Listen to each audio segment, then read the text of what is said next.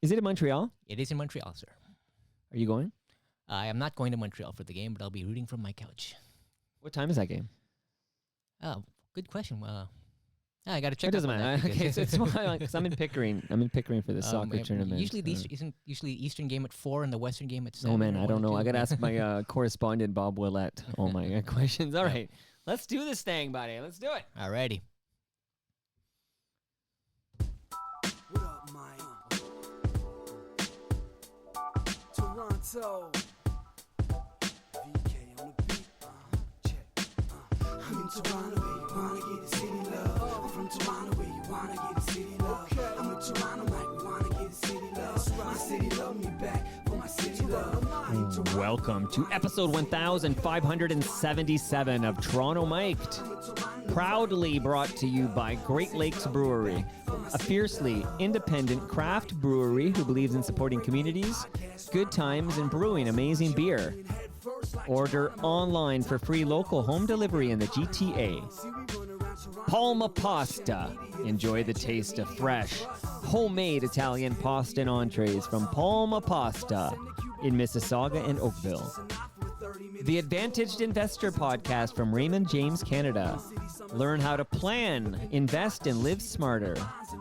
Season 7 of Yes, We Are Open, an award-winning podcast, unlike this one, from Moneris, hosted by FOTM Al Grego. RecycleMyElectronics.ca. Committing to our planet's future means properly recycling our electronics of the past. And Ridley Funeral Home, pillars of the community since 1921. Today, returning to Toronto Mic'd is Rob Del Mundo. Choo, choo, choo, choo, choo. Rob, how you doing, buddy? Pretty good, Mike. Thanks for having me. Before I press record, I noted you're wearing a Toronto Argonauts Grey Cup champion hoodie. I am. And that was is that our most recent Grey Cup 2022? That would be the most recent one. Yeah, we were supposed to repeat last year, but then those pesky Alouettes got in the way right here in our own barn. So, now we got to go to their barn, and hopefully they're not in our way once again. Revenge is a dish best served cold, I believe. But okay, that's a Klingon proverb. I think I learned that from a Tarantino movie. But okay, go Argos. Go Argos. Okay, and are you a lifelong Argo fan? Absolutely, sir. Okay, good. We need more of them. I know Bob Willett's a big Argo fan, and I'm one of those guys, like, I can get into it.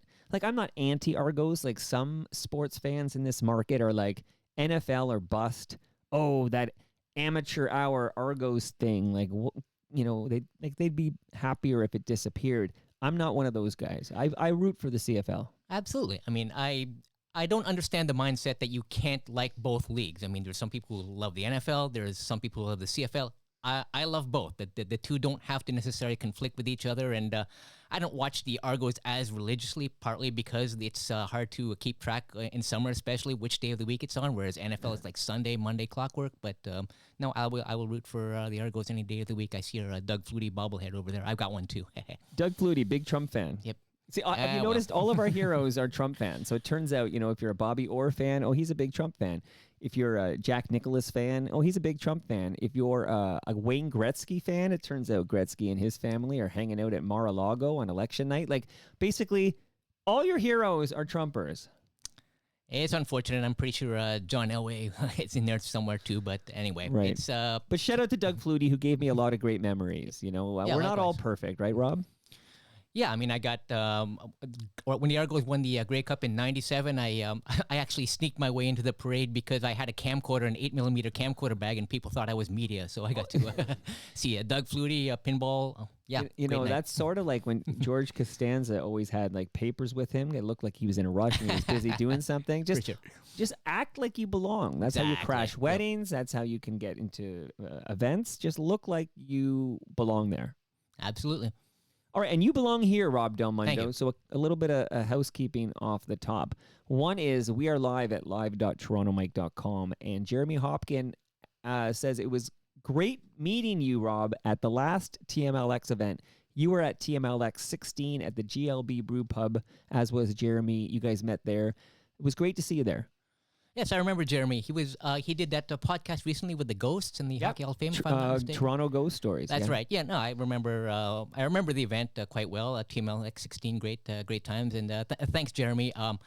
I will get to your podcast. I have it bookmarked. That's how I remember it. So I haven't listened to it yet, but it's on the list. Okay, because Halloween's over, so twas the season, but you're going to catch up with that anyways. Absolutely. He always delivers. He's back every quarter. Are you going to be able to attend TMLX 17, which is later this month, November 30th? It's a Saturday from noon to 3 p.m. at Palma's Kitchen in Mississauga. Will you be there, Rob Del Mundo? I wish I could, but there's a conflict with the PWHL Toronto Scepters home opener. I had it bookmarked, and I've been to. So the home opener is at the same time as TMLX 17? It's a 2 p.m. start at that. Now they're playing at Coca-Cola Coliseum, so they've upgraded from the Mattamy Center. Right. And I've been covering the league for so long. I could text Jana Hefford right now and ask her to remove the game. She'd probably laugh at me. But no, do it. If you don't, I will. So we'll talk more about this women's hockey league shortly. But yeah, now I wish I could be there. I've been to the previous two. It's a great event. Palma Pasta, go Palma Pasta. Go. So look, you have a story to tell, and I'm going to help you tell it. I'm very excited you're back. This is your debut in the basement, though, because last time you came over for episode 911. Yes. Outside in the backyard during COVID times. September 2021, so we were just getting out of COVID, but yeah. But I haven't done backyard episodes in a while, so there was a period of time I did a bunch because we weren't allowed down here, and you were in that bunch, and I'll be interested afterwards how you compare the experiences. Okay. And you'll be honest with me, right? Basement or backyard, you got to make a choice. We'll find out later, everybody. Stay tuned. Okay, so how do you know Kevin Shea? Kevin and I go back almost 20, 25 years through the Society for International Hockey Research, a bunch of hockey enthusiasts, historians, and I met him through that particular organization. And as it turned out, he was a season ticket holder, still is a season ticket holder, and then he's got a whole bunch of books come out. The first one he wrote would have been the one he did with Tommy Smythe, if I'm not mistaken, called Center Ice. And through Sir, and because of his presence around the then known as Air Canada Center, and I'd see him at games all the time, and then we just got to corresponding, and then I got to know him really well. I'm not sure there's a nicer guy on the planet than Kevin Shea, but if there is, his name is Rob Del Mundo. I'm not sure about that, but thanks for the compliment. But no, Kevin's top. He's a sweetheart. Yeah, absolutely. He's a sweetheart. So Kevin Shea's been over several times.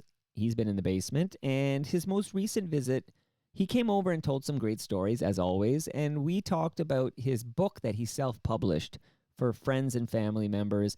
He called his book 50 Grades of Shea, which is a great title, right? Absolutely. And you borrowed that book from me. Yeah, actually, was it called 100 Grades of Shea? Oh, is it 100 Shea? Okay. Well, because he turned 100, right? Yeah. You only give him half the credit. Come on, dude. But yeah. Oh, I like my title better. He should have done Volume 1, Volume 2, 50 Grades of Shea. Okay, 100 Grades of Shea. My apologies to Kevin Shea. So this is not something you can go buy at Indigo or buy on Amazon or even whatever.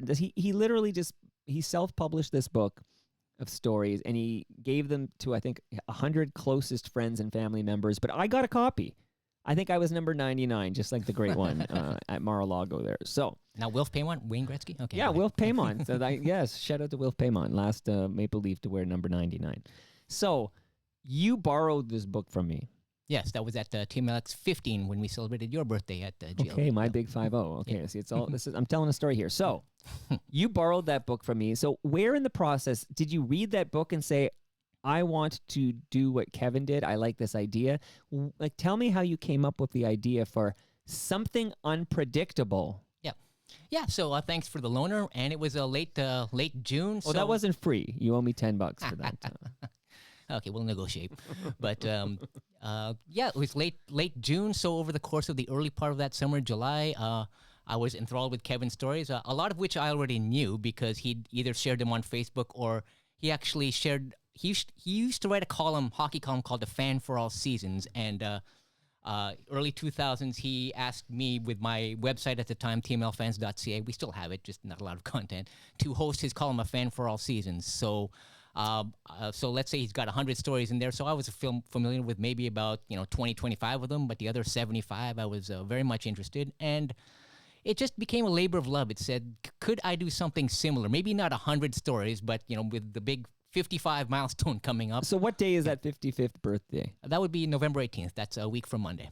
Okay. Wow. Okay. So you said, I'm turning 55. Yep. And you're like, well, 55 saves lives. That's what you're thinking here. Or no, you're thinking, I can't drive 55 or one or the other. But pick your 55 of choice. But you're turning 55 Yes. and you said, hey, I'm going to write a book inspired by Kevin Shea's 100 Grades of Shea.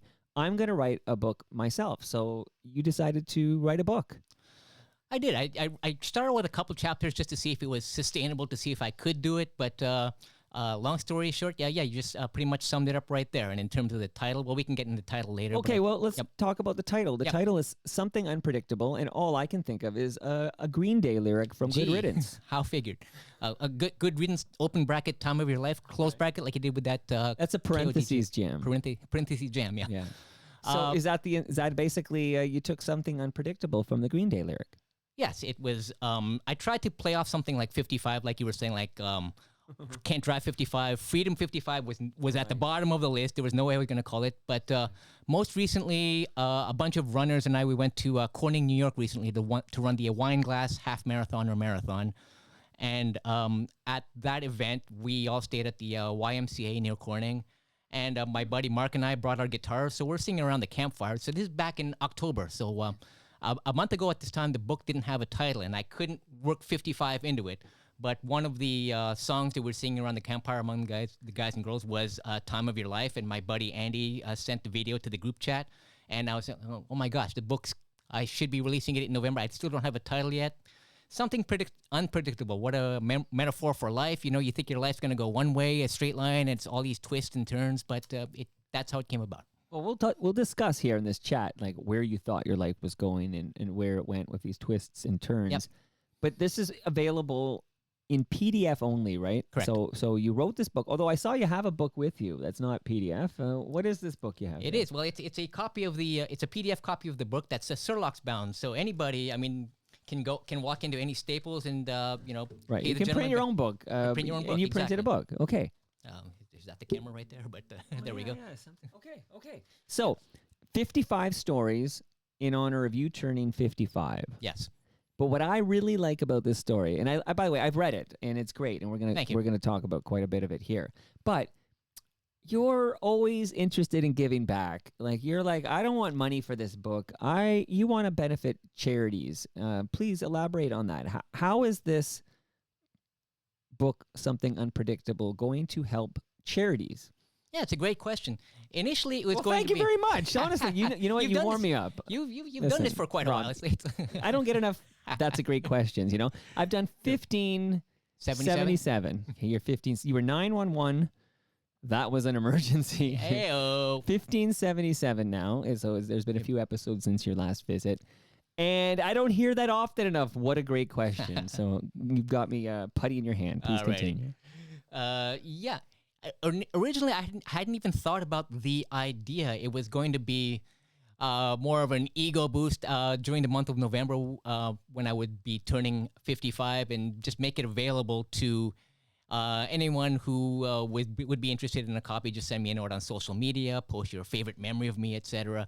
And then I was telling my friend, my good friend Patricia, who we were going to a Blue Jays game together back in July, and I mentioned to her what I was doing, and she said, well, why don't you make the link available, but have a charitable component to it and say, make the link available to anyone who pledges a donation for, it doesn't matter who it is, it's which charity. I'm sure many charities can benefit, and I said, that's a fantastic idea, and that's how that came about. So as fast forward to present day, I made it available on Monday, I believe, and I've gotten a few responses back with all various charities that people are pledging to. But yeah, it's all on the honor system. I'm not checking for receipts, but if you're here, No receipt required. 'Cause No receipt who would required. lie about that, right? Like, I Absolutely. just gave some money to the Canada Cancer Society, the Human Fund. I feel like George Costanza would be making a donation to the Human Fund just to get that PDF. So let's be very, very clear to anyone listening right now. If they would like a copy of this book, PDF only, No Kindle e-reader format coming.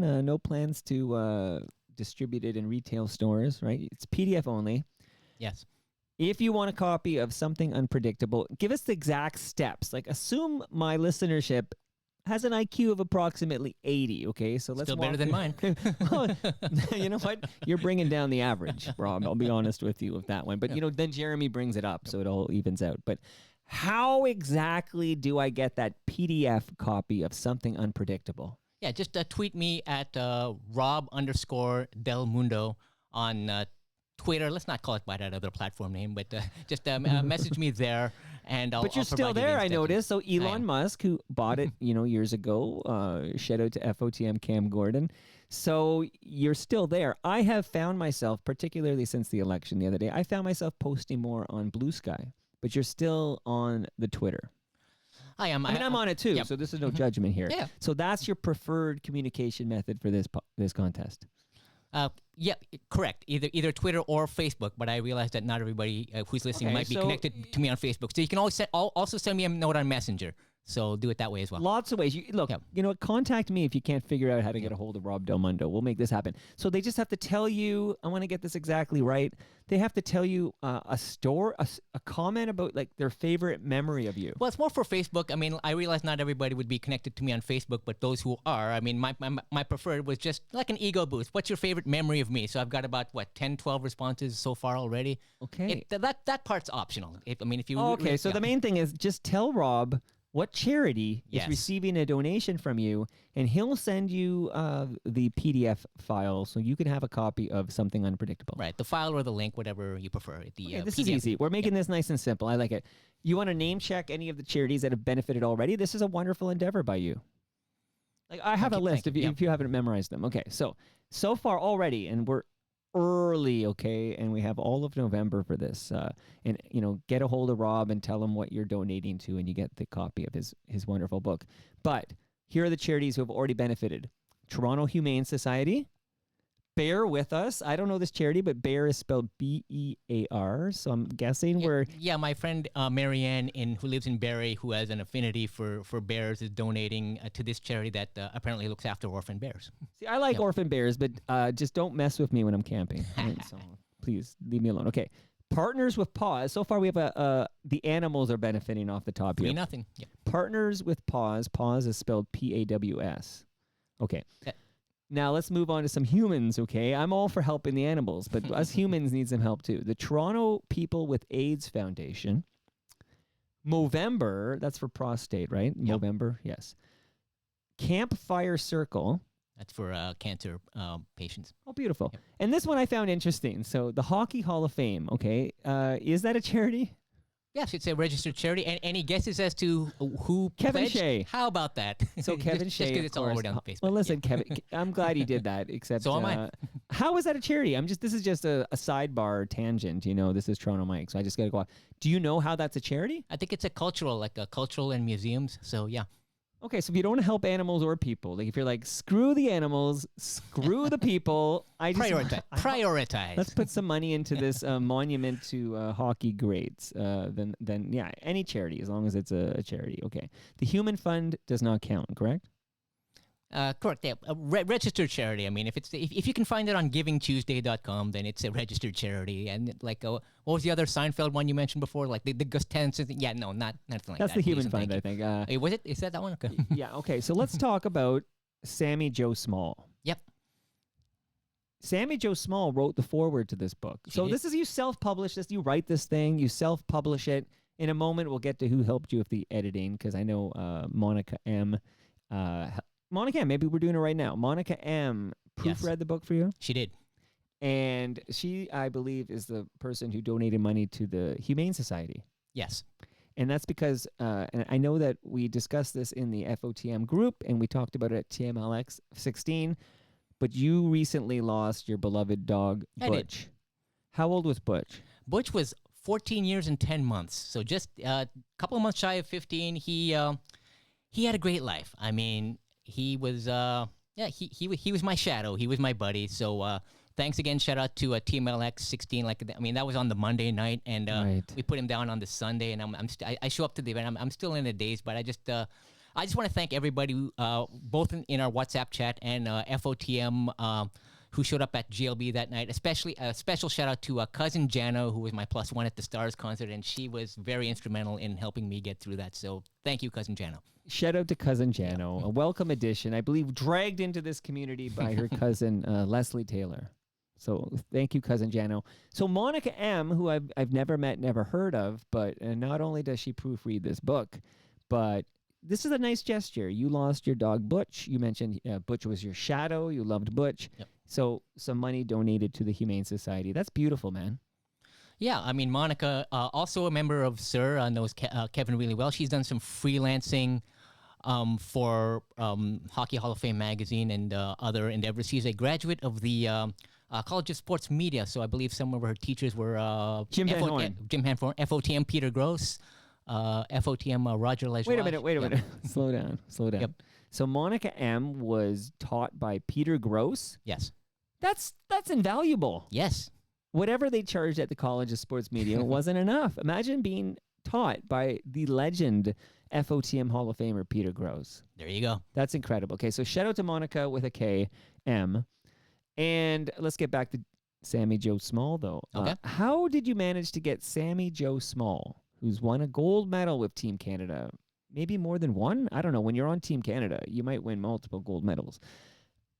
How did you get Sammy Joe Small to write the foreword to your book? Yeah, so I mean, I've known Sammy for the longest time covering women's hockey back when, it was out of the spotlight for outside of the Olympic circles. People used to watch women's hockey in 2002, 2006, 2010, but I was I think it was the 98 Olympics that got me interested in women's hockey, and when I got my press credentials for the first time about a year later, then especially going into that Olympic cycle, it was just more than just I didn't want to wait for the Olympics to start. I wanted to go like in the Beatrice Ice Gardens at York University. Everybody's pressed up against the glass. So I've known Sammy for the longest time, ever since covering the days of the old National Women's Hockey League before the league she co-founded, the CWHL, and then she'd play for Brampton and then later Toronto, won a Clarkson Cup with Toronto in 2014. So, and then most recently, she was the president of the Toronto Six that won their Isabel Cup in 2023, and I was invited as media to their ring ceremony, which took place this past February. And so, in trying to think about, number one, do I need a forward? Maybe I'll just kick the tires and see who might be available. And just because I have that long-standing relationship with Sammy, I just sent her a message and told her what I was doing and make sure I accentuated the charity initiative. And took a couple days, but I eventually heard back from her, and then she was more than willing to oblige. So shout out to Sammy. Yeah. Amazing. And I did check in, must be more than one gold medal, but Sammy Joe Small actually won, I'm not trying to minimize this because it's one more gold medal than you and I are ever going to win, but she won a gold medal and 4 World Championship gold medals. Right. 4 World Championships and 1 by the IHF record book official gold that was in Salt Lake in 2002. One official gold by the IHF, 2002. And then because she was third string in both 98 silver and 2006 silver, based on the number of medals of people on the roster, it might not be officially recorded. You're exactly right. So she was third goaltender, which I guess she never saw any playing time. And they're not counting that because she was backing up Kim St. Pierre. It gets very tricky. And then, which she outlines in her wonderful back of the role I played, which she released during the pandemic back in 2020. So, again, shout out to Sammy. I can't be more grateful. But, Olympic champion writing the forward for your book. Hey, that makes me feel good. Well, you should feel good. And again, this is all benefiting charity, and I just love that you're doing this. So let's use this opportunity to go dive in a little bit deeper into women's hockey for a minute. So you're a big women's hockey booster. Yes. What do you think of the Toronto PWHL nickname Scepter? It's awkward. Can you spell it? I believe it's SCEPTRES. Let's do it again. I think you missed one. Okay, I'll try it again. SCEP. Yes. T. Yeah.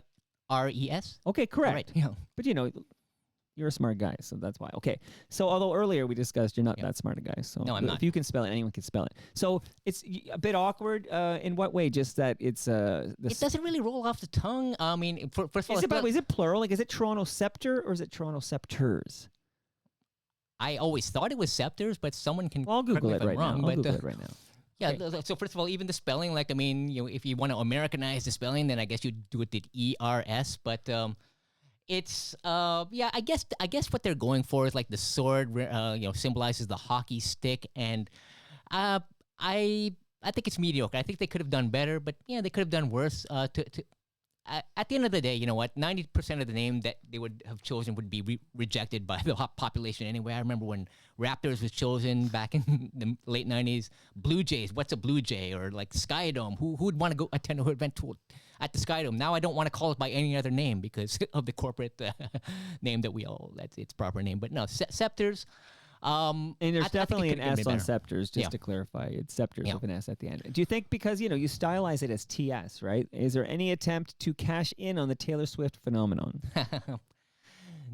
Not likely, but what I've heard the criticism that I've read on Twitter is like it looks like the Medicaid logo, and now I can't unsee it. Right. But I will credit this though. I will say that when all 6 names were mentioned, I like, as long as it's the plural noun. I like Toronto Scepters and the New York Sirens. Which what I don't like, and this is just my personal opinion, is the trend towards the abstract nouns, singular names. I remember Mark Lazarus, great reporter, beat reporter from Chicago, before the names were announced, he tweeted out, please don't let them all be singular names, please not. So you got the Charge, the Frost, the Victoire, which I get, but the one that puzzles me is the Boston Fleet, which makes no sense to me at all.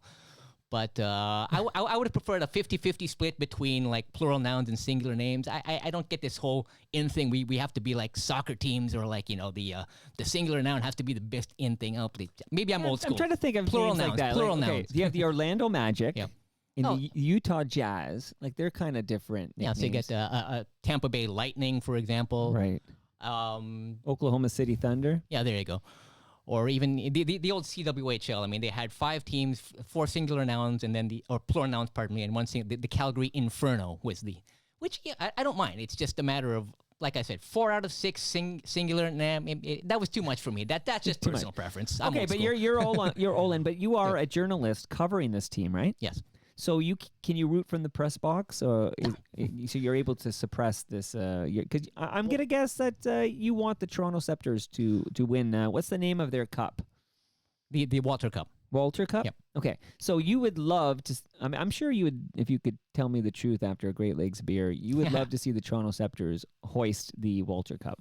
Absolutely. Just like I was happy for the Toronto Furies, a team on which Sammy Jost played and Tessa Bonhomme played back in 2014 when they won the Clarkson Cup. But am I able to Named after David Clarkson, of course. that $36 million contract? But no, David Clarkson. So if I can chime on with a hopefully short story about being able to suppress my memories or not always in the press box. Yep. So back in April of this past year, talking about revenge is a dish served best cold. So the United States beat Toronto. United States beat Canada last year at the Women's Worlds in Brampton. So this year's Worlds were held in Utica, New York, where Canada got the opportunity to return the favor. But it was a really close game for anybody who remembers, a 5-5 going into overtime. And during that entire game, seated next to me in the Utica Arena press box are radio guys from Utica who are not quite at. I mean, they're cheering for the United States, and that's cool type of thing. Couldn't hide their emotions type of thing. But against better press box etiquette, when Daniel Serdachny scored that overtime winning goal, I may have let out a little bit of a whoop before I tried to But it is a contain little myself. different with the countries, Yeah. right? Like, it's a bit different with the countries. I feel like you can kind of root for your nation.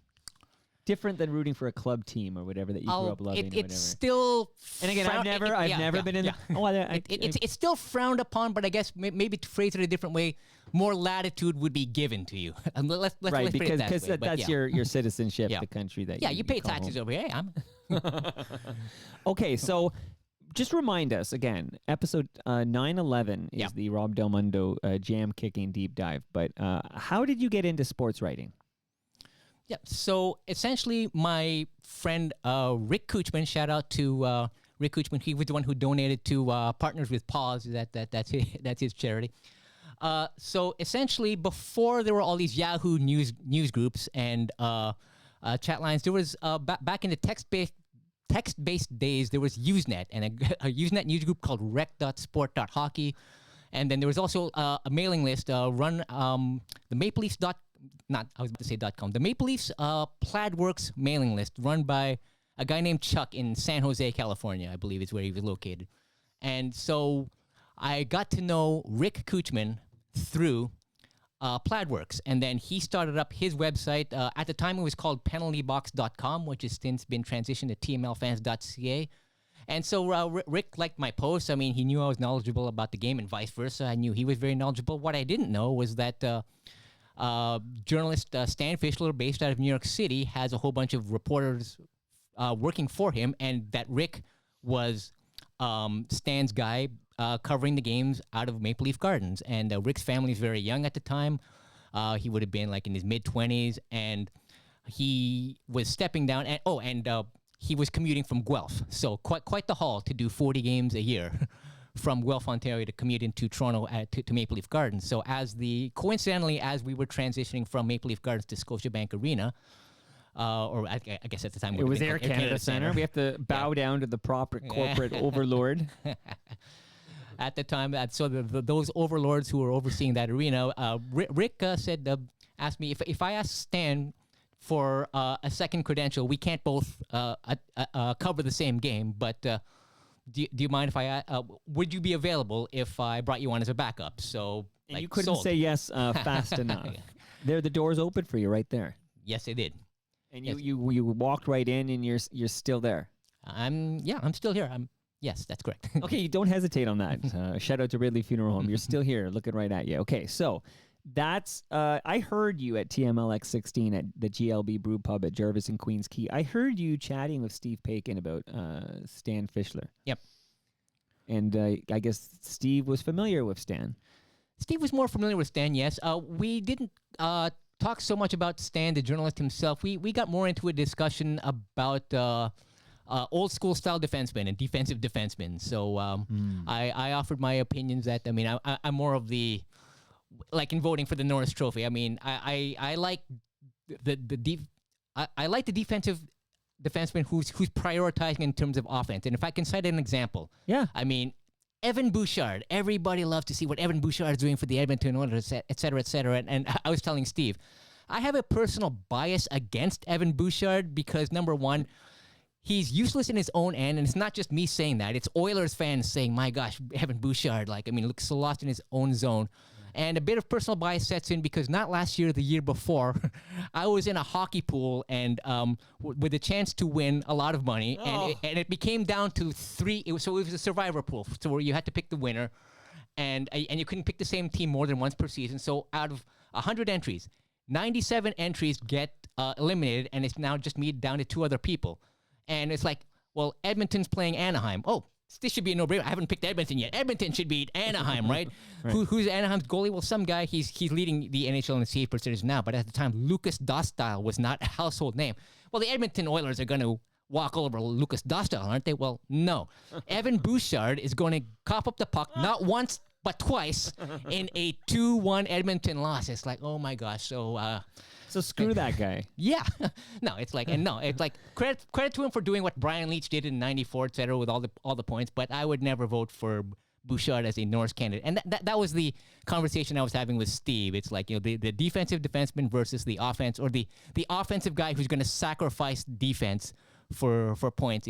That's my opinion. That's my opinion. We're gonna later in this program, because tonight. What's happening tonight with regards to the Hockey Hall of Fame? So tonight's the annual Hockey Hall of Fame game. They always have it on the Friday before the induction ceremonies. So tonight the Detroit Red Wings are in town. And I won't be at the game, but I will be at the Hall of Fame actually later on this afternoon at 2 p.m. is the ring ceremony where this year's class gets their rings. And TSN will be broadcasting it. There might be an hour delay, so it's on at either 2 or 3 o'clock. I don't recall, but I'll be there. I'll be at the ring ceremony. So later in this, I'm going to talk to you about a defenseman that sounds like your kind of guy, Shea Weber. Absolutely. Yeah, and who could blame me for that? Okay, so penaltybox.com. Do you think the owner of that domain cashed out at the right time? Like, do you have any insight into, if you sold at the right time with these domain names that you got early, penaltybox.com might have fetched a pretty penny.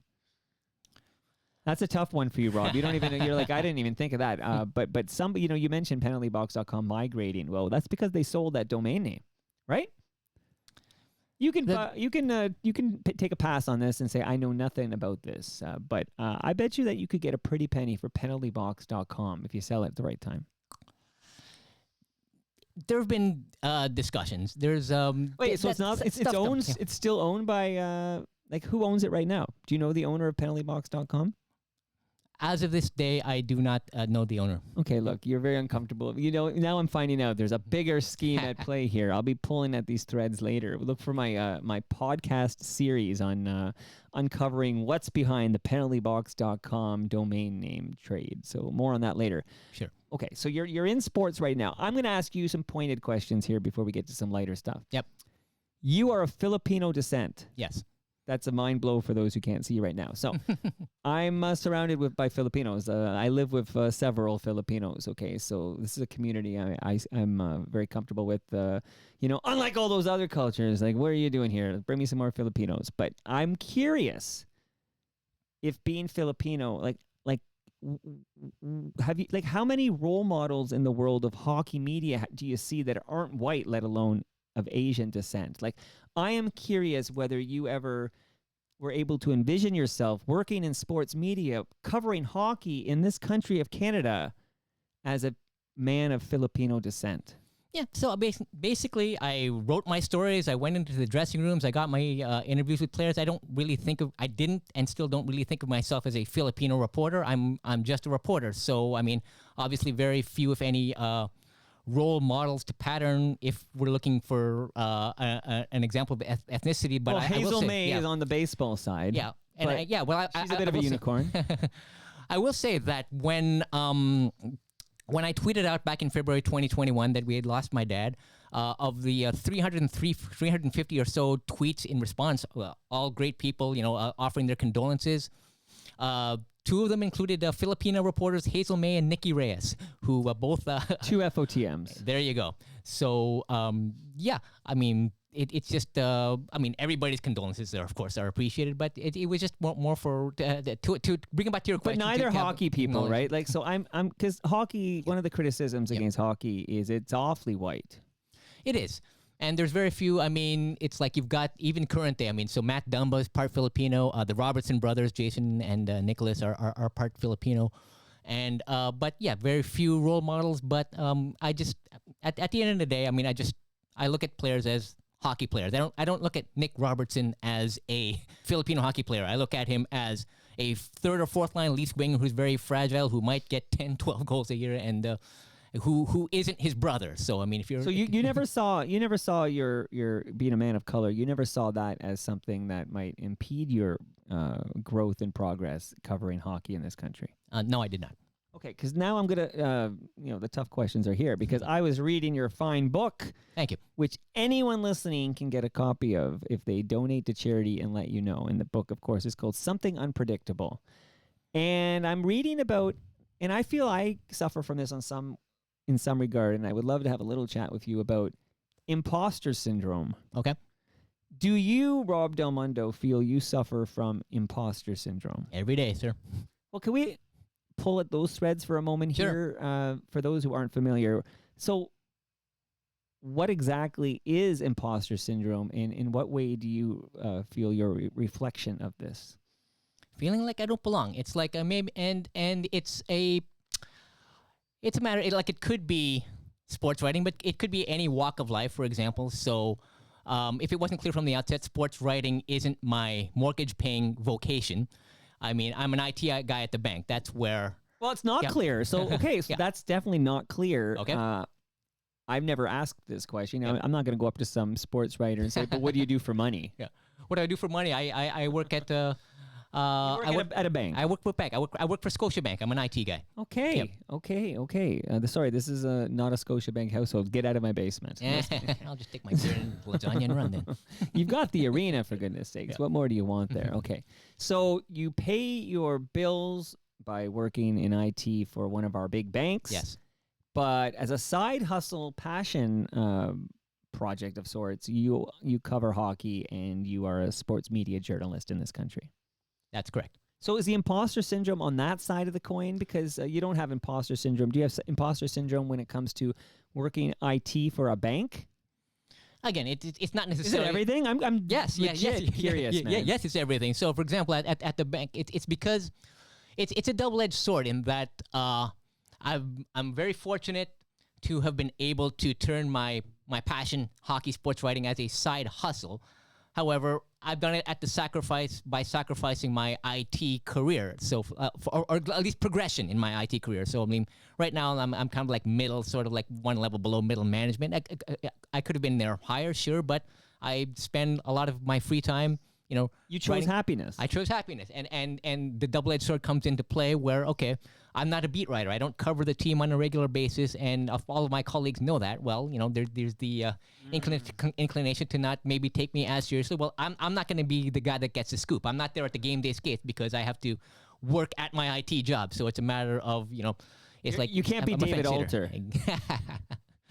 So I think it's just a matter of. I think I'm reading between the lines. So is it that So you got the job that pays the bills, and then you got the side hustle passion job that makes you happy, but you're not all in on either side, right? Like so you feel like you're not giving your all to the IT part that might buy you I don't know, what do you want, a nicer bicycle? I always wonder, someone said, hey, here's $1 million. I'm like, okay, what am I doing with this $1 million? Am I buying a nicer bicycle? You know what I mean? Anyway, everybody's got different tastes or whatever. But back to you, Rob. Enough about me. I didn't write a book. Yeah, no, sure. I barely read a book. Yeah, Okay. it's a good question. So yeah. So there we go, you're not all in on that side, and you're not all in on this because, like you said, you're not David Alter, who's basically betting on himself and he's going hard on that. Do you ever wish sometimes, I wish I were David Alter? No, I mean, is that because of David's a great discotheque? friend. David's a great friend. David's a FOT. I mean, I've known David forever. Like, back And then I'm he was not a using fan this fan specific. 90, Maybe just the fact that David might be the only non-Rogers person who travels with the team and goes to every Leafs game. Am I out to lunch on that? You might be right. I mean, especially And now that might include Rogers people, for all I know. Go ahead. Yep. Here we are. This is the David Alter show. So the man does state on the record that U2's Discotheque is not just the greatest U2 song of all time, but it's the greatest song of all time. And as a guy who fancies himself a pretty strong casual U2 fan, I find that offensive. That's offensive. I don't know. I know David's a huge U2 fan, as am I. I'm not as huge a U2 fan as David is, but no, Discotheque, no. I mean, it's the height of their career. I think we may have talked about this last time I was here, episode 9/11. Joshua Tree in 1987. Right. Yeah, I mean, 87 or 91, Actung Baby. I think. I mean, ever since Pop Martin's Zooropa, it's kind of like, no, please. Like, I mean, the same band that wrote Sunday Bloody Sunday can't be the same band that wrote Lemon. That's no. Come on, but right, that's my opinion. Yeah, it's like you start to believe your own hype or whatever at that point in your career. Okay, so enough about David Alter. But do you ever wish you went all in, put all your chips on? I'm going to write about sports for a living.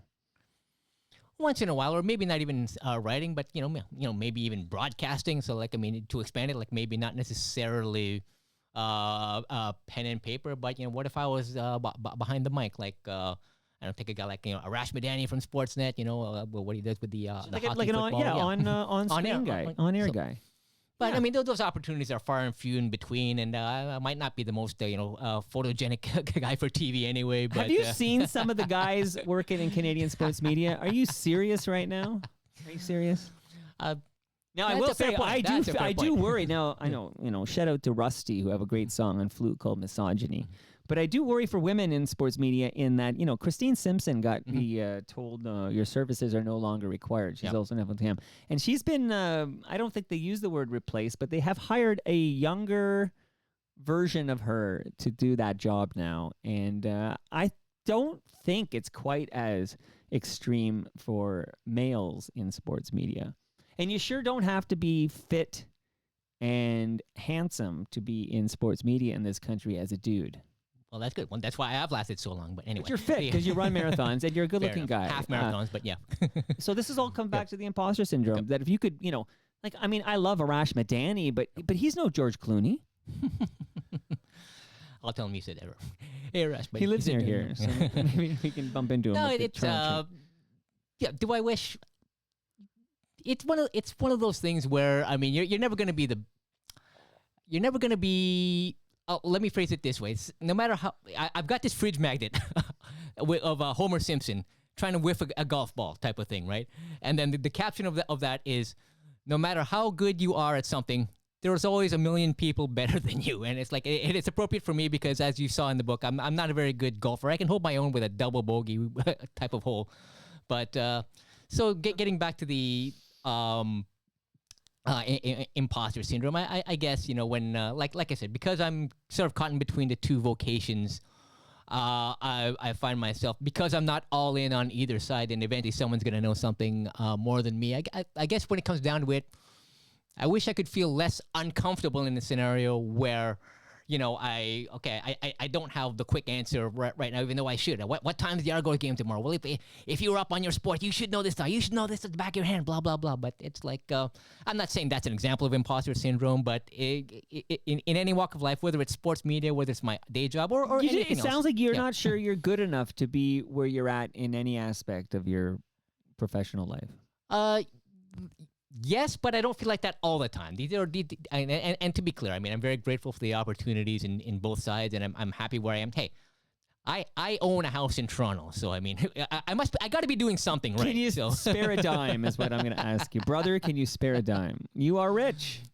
You own property in the city of Toronto? I own property in the city of Toronto, but then whether or not if you want to take a look at my mortgage statement and see how much I owe. I don't even think that matters today. Like the fact you own property in Toronto, it's like, I can see you eating the caviar and saying, I'll pass on the lasagna from Palma Pasta here. So listen, I think a lot of it is confidence, right? Like I think it's I want to take a page out of the U2 handbook. So at some point post Octung Baby, they bought their own hype sort of deal. Well, Bono realized he's God and that's the biggest band on earth, and then the result was a discotheque.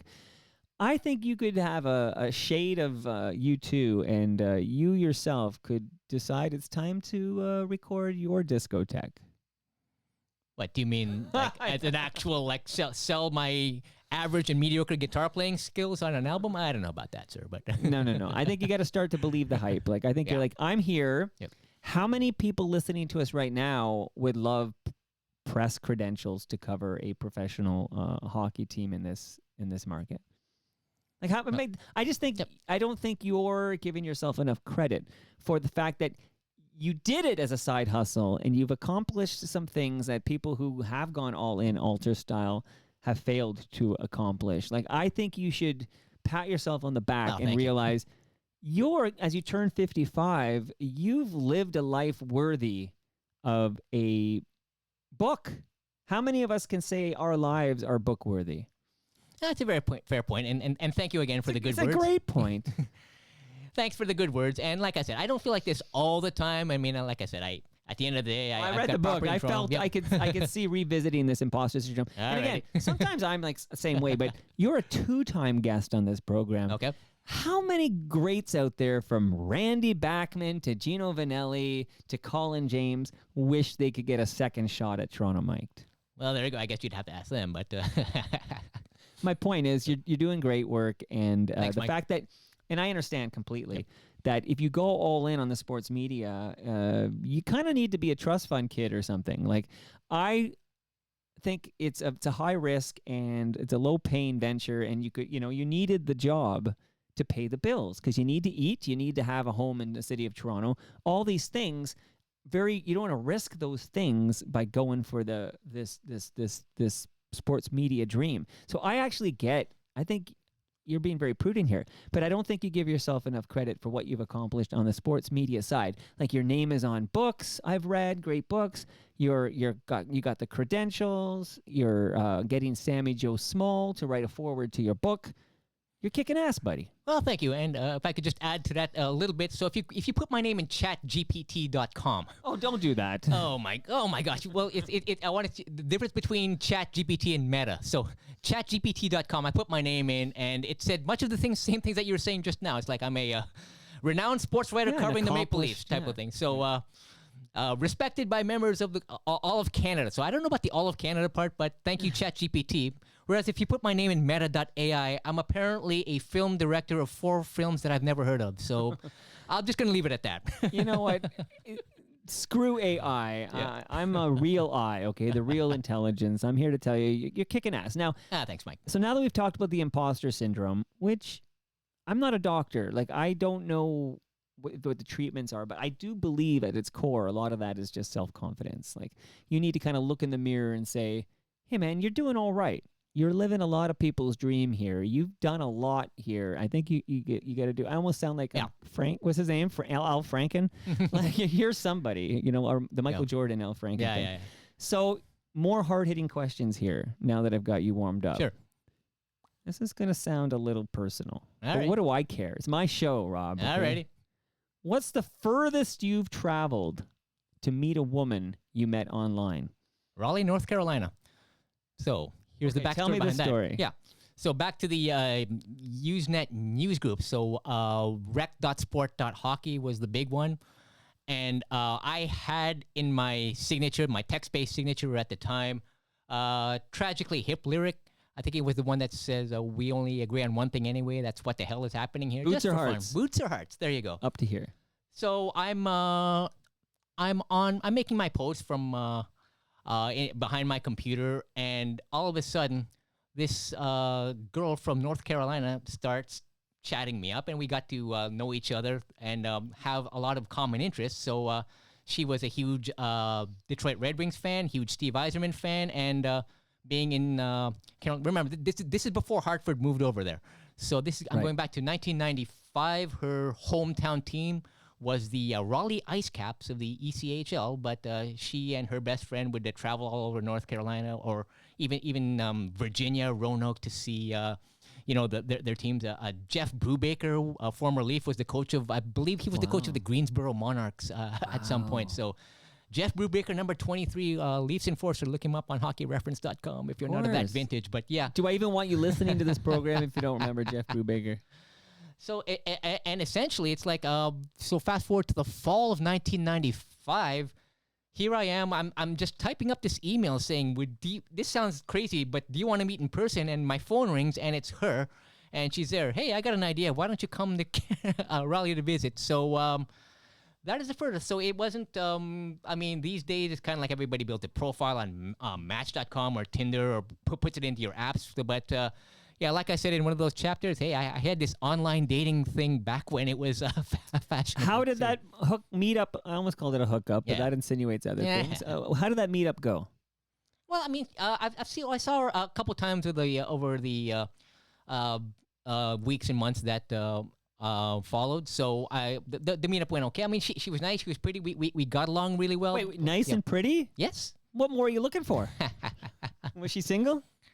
Yeah, she was single. Yeah, and she spoke with a southern drawl. She was from the Carolinas, so she had that accent. It's like, let's like Delta let's get Burke? you some grit. Yeah, Delta Burke. Let's get you some grits. And meanwhile, I'd never heard of grits other than my cousin Vinny. But no, I went down to Carolina, and when the Red Wings played in Toronto later that year, March of '96, she came up and she saw a game with me at Maple Leaf Gardens, and then I think it was that year when Hartford moved to Carolina. But they played their first season out of Greensboro.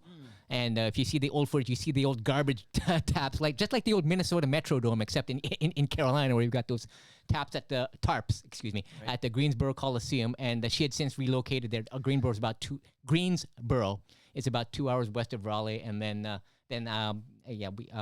didn't see. That was the last time I would have seen her. So yeah. But that is a long way to go to meet a woman you met online. It is. But I bet you there's dudes listening and maybe gals listening, or maybe non-gender people listening, who have gone a lot further than that. Probably gone a lot further, and I got lucky in that I didn't get catfished. No, she was, and of course I would never catfish anybody else. But I mean, we were who we said we were. You didn't share pictures of George Clooney or Arash Madani. No, that's the move. actually, I shared a picture of myself, and then she was. So she was like, she knew exactly what to look for. Yummy. She's like, I like some was there. of that. She was there. Yes, I still want to meet this guy. It's not a deal breaker, but yeah. Okay, what's your current status? Yeah, I'm single. You're single. Okay, Yep. so I don't make any of these assumptions. problem. So are you on these apps? Infrequently. I mean, gosh. Where does a Tinder- 55-year-old dude like you, who's busy because you've Yep. got the full-time job, and Yep. then as we mentioned, you've got the part-time job. Like, where does a 55-year-old guy like you find somebody? It sounds like you're attracted to women here. Where do you find women to date? Good question, and if I have an answer for you, then maybe when you ask me that question next, my status will change. You know what? the Forget answer. charity. Here's the move, okay? I'm going to give you a tip here. Forget charity, Yeah. okay? You write the book, and you're like, Yeah. if you write me and meet me for coffee, you get my book, okay? That might work. I mean, hey, nothing else has worked at this point. I like so I'm not single, but I always think, that's the low barrier. Like, grab a coffee with someone, because I think, and again, what do I know about dating? But I think within 5 minutes of somebody at coffee whether you'd like to pursue like a date or whatever with this person. Like, I think pretty quickly. But a coffee is like, I don't know, like $3 each or something or whatever. So for $10, you and your date have a nice coffee, have a nice chat, and then whether the both of you know whether you're interested in having like a real date, if you will. I think that's the trick. A bunch of coffee dates. Coffee dates, or what I heard on the radio, it's most interesting, and maybe this is truer of the younger generation, but it could be applied to all ages. So hear me out for a second here. I've heard the in thing now is that people don't want to do coffees anymore. They want to do Zoom meetings. Oh God! Holy crap! Seriously? Hey, what station is it? This is the age. These aren't my rules. I'm just going by what's reported. So it's like, person X wants to meet person Y. Okay, well, why don't we just do the skip the dishes thing and then order in type of thing, which can work to your advantage because to your point about chemistry, let's say either side decides that there's no absolute chemistry whatsoever and this isn't going anywhere. Instead of being in a social situation where you're just twiddling your thumbs, you just hit that end button and you are done. So that's the way it is. I don't make these rules, but yeah. I'm personally, I believe that much like with Toronto. So yesterday, I had a gentleman on Toronto mic named Pat Carey. Very accomplished saxophone player, like just very accomplished. And he also he's a full-time member of the Downchild Blues Band. And the Downchild Blues Band, which has been around as long as you've been alive, okay, same age as Rob Del Mundo, are on their farewell tour. Like, this is it. Donnie Walsh, he's like, we're done. And I'm Zooming with the guy, and it was set up through a third party because I wanted to talk to Donnie Walsh, who nicely said, I don't talk to anyone. So he's not doing Toronto Mike or Joe Rogan, okay? He's talking to nobody. He's not talking to Oprah Winfrey. I'd like to find out if Oprah offers Donnie Walsh an interview. I wonder if he takes that one. But, okay, I digress. The point is, it gets moved to Pat Carey, and then in the shuffle, I'm busy with lots going on. I agree to Zoom with Pat Carey about the Downchild Blues Band because I'm very interested in finding out what's going on with this legendary band that's calling it quits. Like, I am very curious. So I'm chatting up Pat Carey. And then early on, I always ask, where are you? Like, is he in Winnipeg? Is he in North Carolina? Is he in Raleigh? Where is this guy that we're Zooming for this Toronto Mic'd episode? Because as you know, Rob, how many episodes of Toronto Mic'd are Zoom? Very small percentage, right? These are in-person interviews. Yep. He's in South Etobicoke, okay?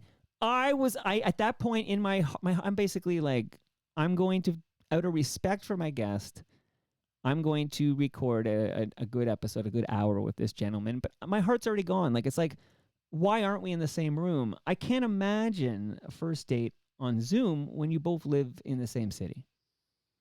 Like, this is a long way away. If I were dating Pat Carey, I wouldn't want that first date on Zoom. I'd be like, let's grab a coffee. It'll cost us $3. If we don't like each other, if I find you repulsive or it's going poorly, we're all adults here. You can, thanks for this. Good luck with your life and peace out at the 15-minute mark. Yeah, no, that's a fair point. And if it wasn't clear before, it's like I'm all for the in-person even you're not asking. So if anybody wants a coffee with Rob Del Mundo, you can also get a copy of your book.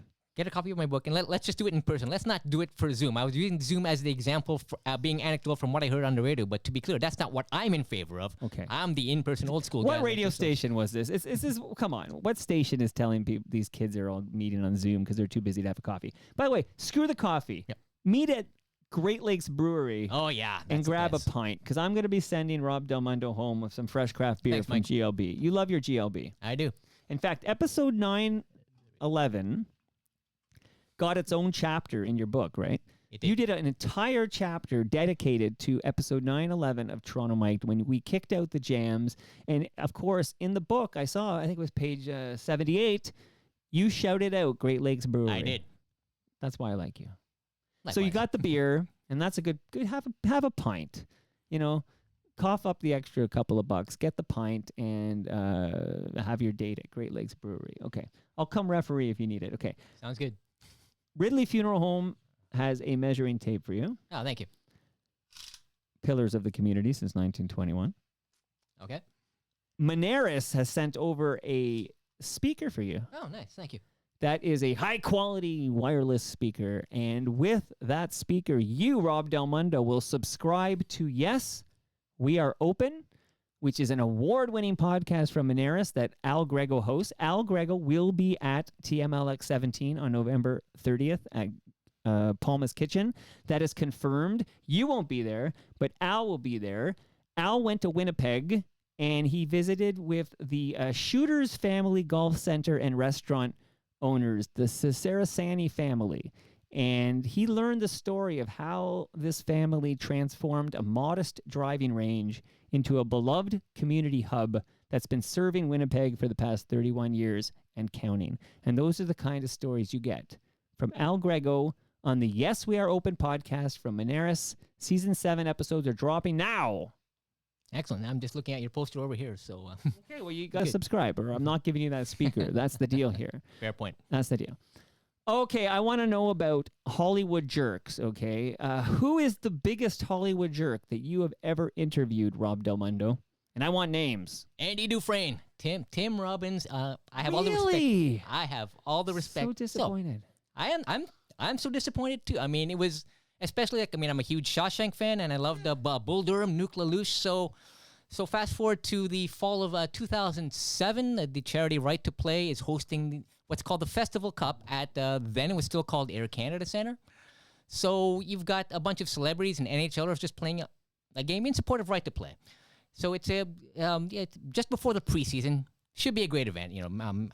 Sundin's going to be there. Joe Thornton's going to be there. And then on the celebrity side, we've got Jim Cuddy from Blue Rodeo, and we have, Tim Robbins, Andy Dufresne himself. Wow. So, the game's played, and then, we're all going into the dressing rooms afterwards. And, to be honest, I didn't have any preoccupied notion of going in to see Tim. I was more interested to talk to Jim, because we were I wanted to ask about his album, his collaboration with Kathleen Edwards, and recently there was a longtime DMHL referee who unfortunately had passed recently. So I wanted to get Jim's comments on that. So I was more for Jim Cuddy, and then so I'm looking around the dressing room. It looks pretty empty. Except, and then there's Mr. Hollywood A-lister by himself, or not by himself, but he's got two TV cameramen set up waiting to talk to him. One was a Claude Faig from TSN, does an interview, no problem. FOTM, Claude Faig. FOTM. Second person, she was the Rogers Community Channel. It's like a cute 20-something blonde. Hey, no problem. I mean, Tim, knock yourself out. So it's like, so he does the two camera interviews.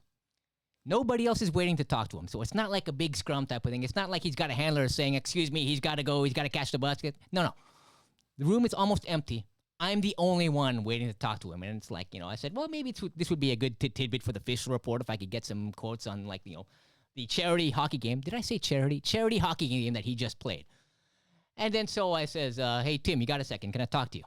And then so he's just kind of like, he must have looked at me and said, well, this guy doesn't have a camera in front of him. I can't be all smiles for a camera. So this print guy, who are you with? That's like, and he takes my press pass. Like, I've never heard of your boss. And it doesn't matter. The point is, he didn't interrogate the other two members before me, and I'm the only one waiting to talk to him. And it's for charity. Yeah. Just talk to this guy. And it's kind of like, so you mentioned Bobby Orr's name earlier. It's like, Tim, who are your favorite hockey people, idols growing up? And he's taking forever to answer the question. I'll say, I don't know, Bobby Orr. And it's like, okay. So can you expand on that, Tim? Like maybe why? Like you can talk about maybe like the end-to-end dash that he did against the Atlanta Flames or the Detroit Red Wings type of thing. It's like he's just there. And remember, this is the condensed version because he's taking like 10, 15 seconds to answer the question, which is an eternity type of thing. It's like, have you ever seen Bobby Orr play? You should see him play. And it's kind of like, well, Claude didn't have this much trouble with the Rogers TV woman didn't have so much trouble. He was being difficult. He was being difficult. I have no patience for you. I just no.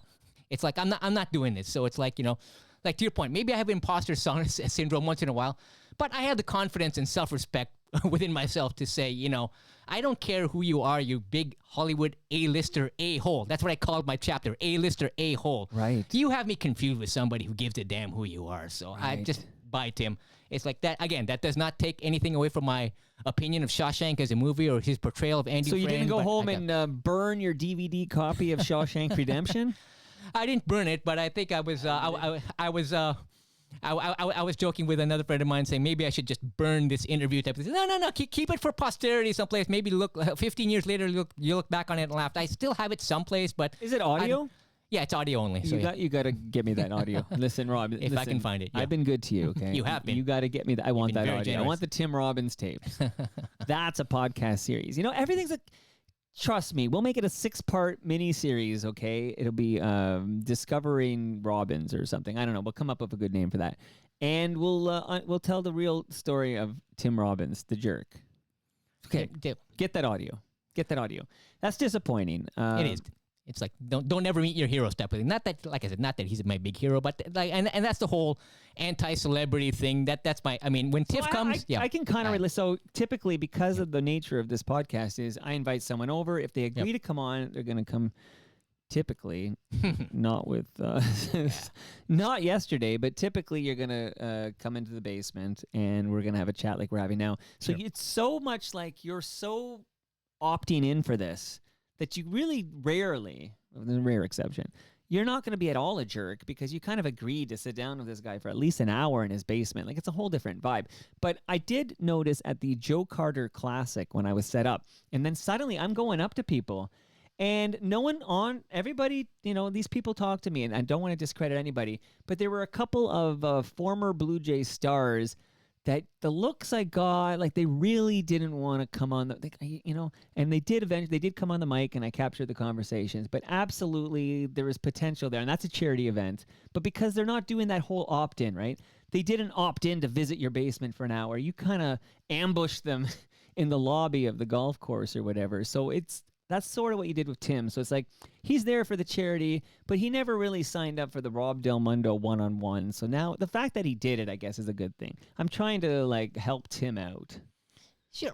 Don't be a jerk. Don't be a jerk about it. Okay. So disappointing. I could understand if he was scrummed and he had to catch the bus, which I've done. Would you rather he just said not in the mood, man, and not done it? Absolutely. I've gotten I've gotten that several times from hockey players. I remember one time I wanted to ask Chris Draper for a couple of questions, and Detroit was only coming in once a year at that time. And he comes into the dressing room. He has his wife and kids with him. I said, Chris, do you have a couple of minutes? He's like, I'm sorry, I don't. And it's like, and that's cool. That's fine. And it was years later, we caught up with him. It's like, hey, Chris, I was that guy. And it's like, it's all good, man. It's like, whatever. No, that's if you can't do it, just say you can't do it. Just say you can't do it. That's what I got from O-Dog. It's like, no thank you or whatever I got from O-Dog. And O-Dog has brushed me off too when he was with Carolina type of thing. But if you can't do it, that's you fine. and I are in the same club. He brushed me off too. There we go. Maybe he's the Donnie Walsh of Canadian sports media. I don't do media. Who is this Donnie Walsh that he won't talk to anybody? Like, you're the leader of a band that's been around for 55 years on your farewell tour. Like, who are you? Bruce Springsteen does these lengthy interviews with Howard Stern. Who are you, Donnie Walsh, not to talk to Toronto Mike? This is just me venting now. Yeah, okay? for I'm sure. glad you're here. Okay. So, couple of quick hits on our way out. One is, Rob, what was it like getting a bird's eye view of when Canada almost broke up?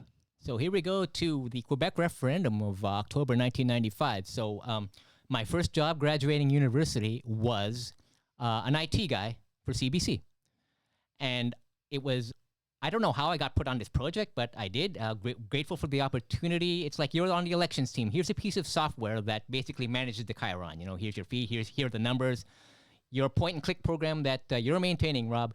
You know, operator presses a button. The numbers go to the graphic templates, and that's what you see on the screen. You know, this writing percentages. But are you putting in the numbers, or someone else puts in the numbers and you're just putting it on the screen? No. The feed is coming through the provider, like it's all text based, right? And it's going through the computer. Somebody else they're not putting in numbers; they're just clicking a button, and so that the button can translate it into what the Chiron translates into the graphics. Okay, I'm with you. Yeah.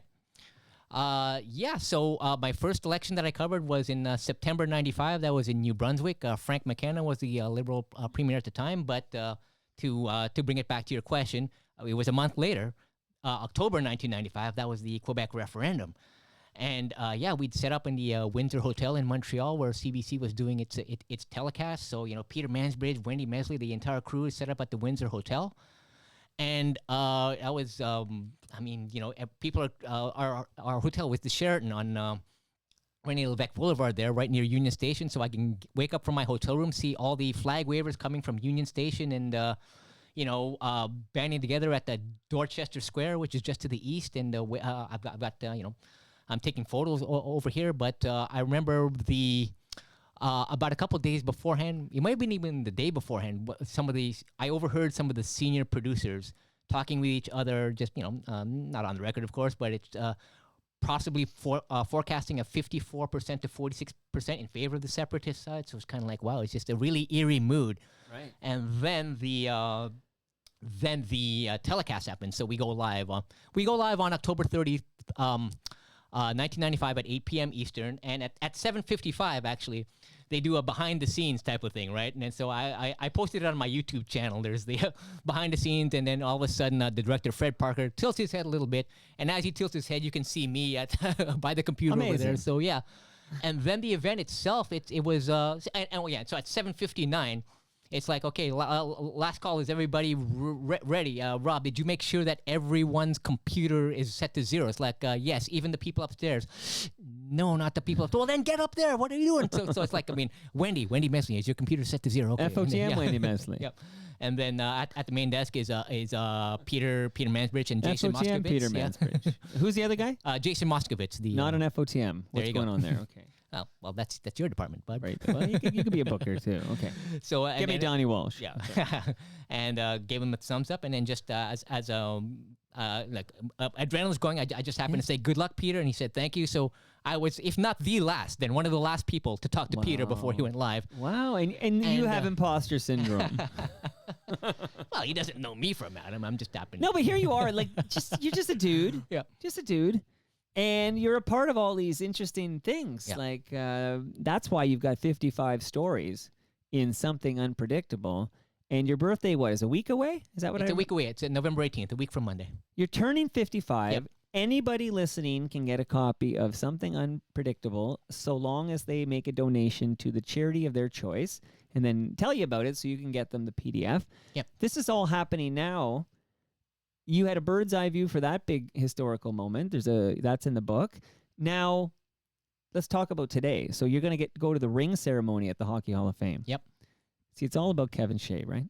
All about him. I don't know if he'll be there. He'll be there on Monday night for the induction. He'll be there. No, he'll be there for Monday. No, he doesn't usually come to the ring ceremony. That's pretty much media only. He'll be there for the inductions for sure. That's on Monday night. He at the won't red be carpet. around the corner, just hanging around. I feel like Kevin will be. Let me know. I bet you Kevin's there. Okay, but I don't want too much of a debate, except that one of these guys was actually at that Joe Carter Classic, but he did not chat with me. That was Jeremy Roenick. He was there. So you got Datsuk, Yep, Roenick, Shea Weber.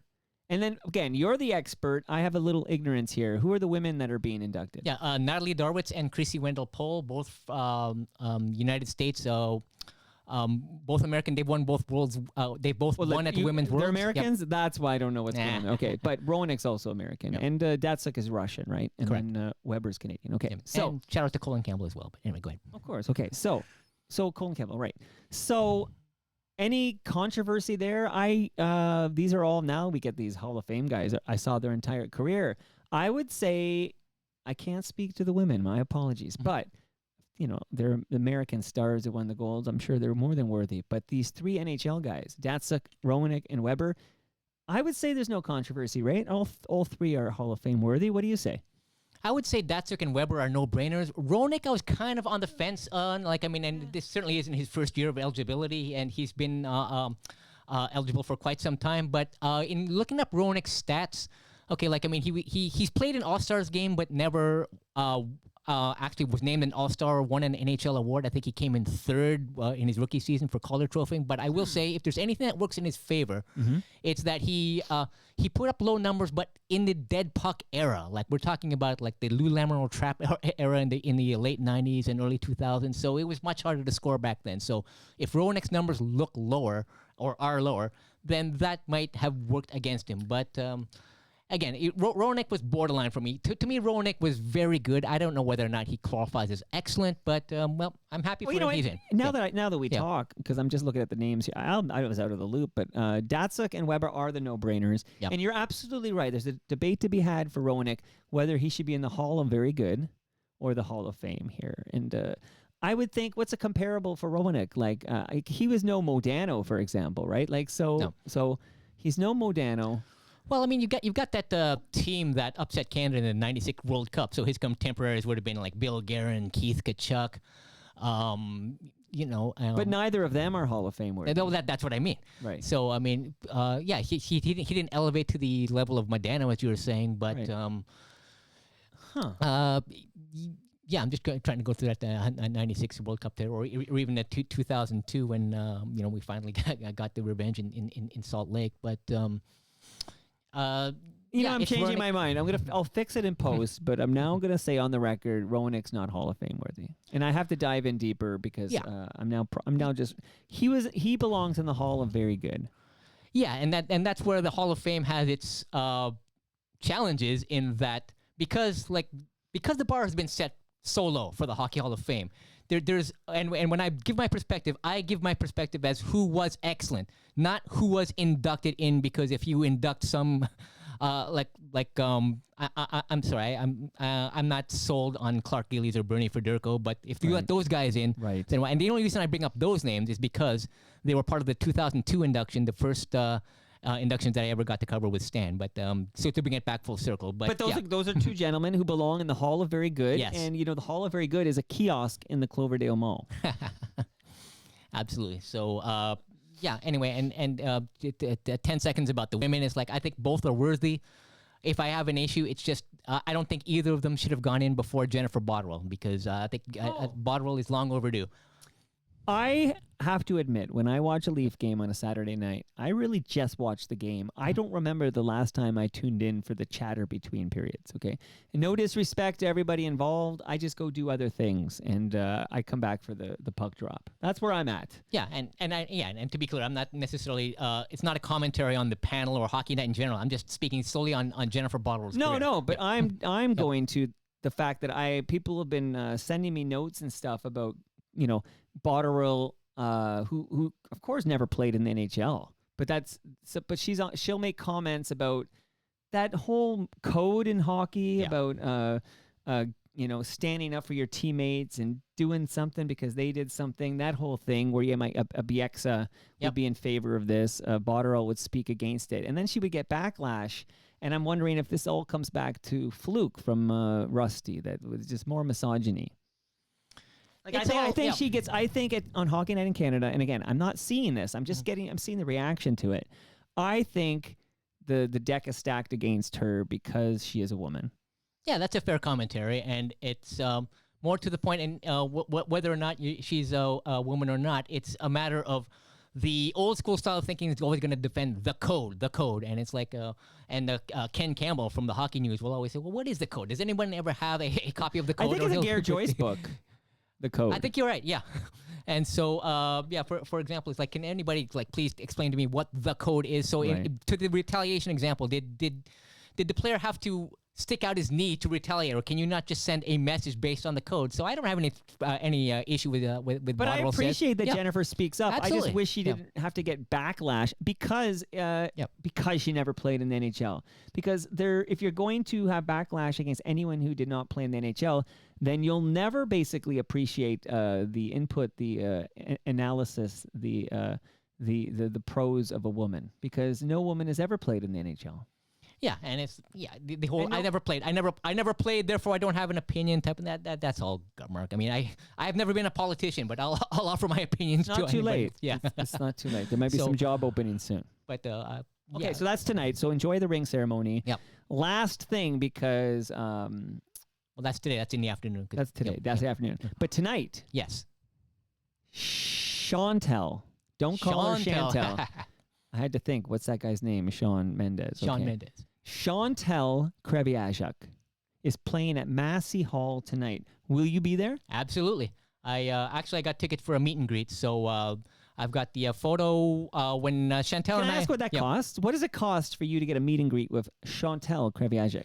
Well, this was a MasterCard promotion, so I got a Facebook ad from MasterCard that said for $120 you can get a meet and greet, and I'm looking at the Massey Hall prices. So the key thing is this includes the price of That admission. gets you in the building for the So I'm concert. going, oh, wait a minute, Massey Hall. Okay, if I sit in the rafters, $60. If I get the premium seats, $100. But it's like paying an extra $20 upgrade. I get a meet and greet and sound check. Yes, one place.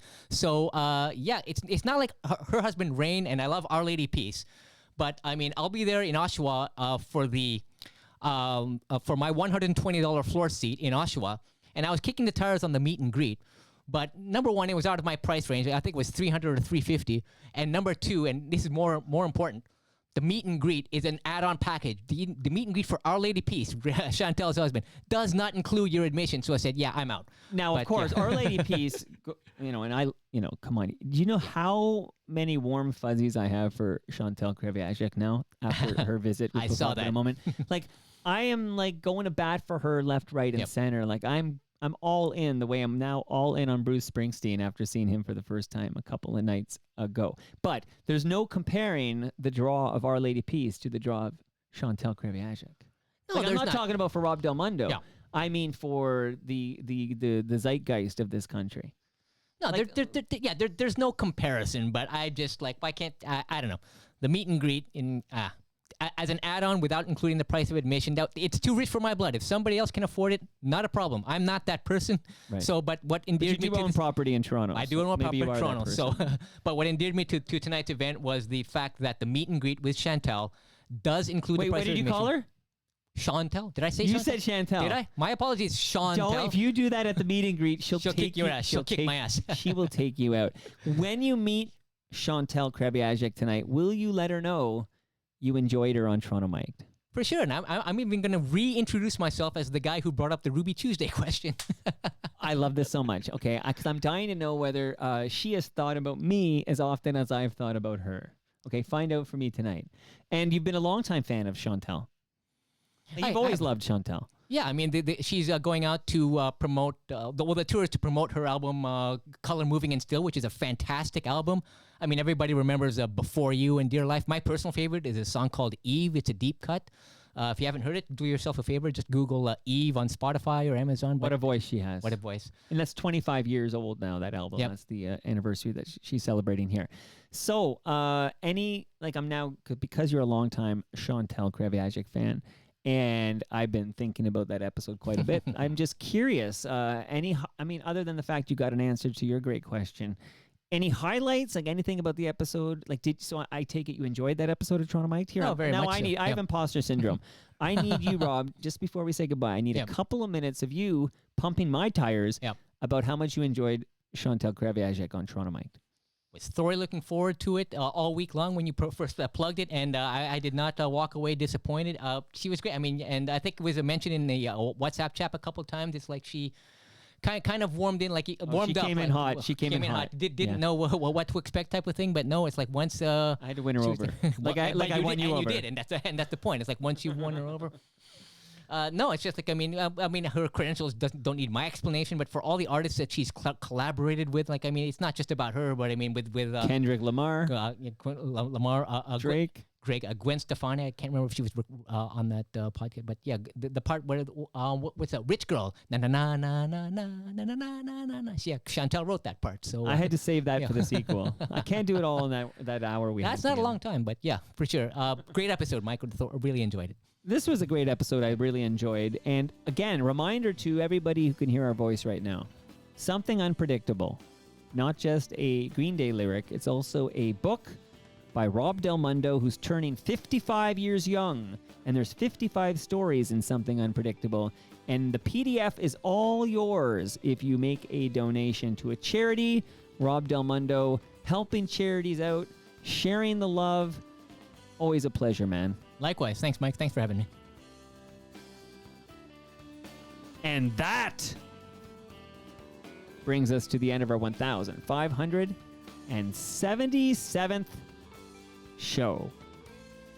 You can go to torontomike.com. Follow me everywhere. I'm on Blue Sky, Twitter. Rob Del Mundo's on Twitter and Facebook. Rob_Del Mundo. Yes. Tell him what charity you gave money to, and he'll send you the PDF. Much love to all who made this possible. That's Great Lakes Brewery, Palma Pasta, RecycleMyElectronics.ca, Raymond James Canada, Moneris, and Ridley Funeral Home. See you next week. Let's do this. One day I'll do this before. Okay. Oh, I'm actually very keen to talk to Colin Brunton on Monday. Colin Brunton.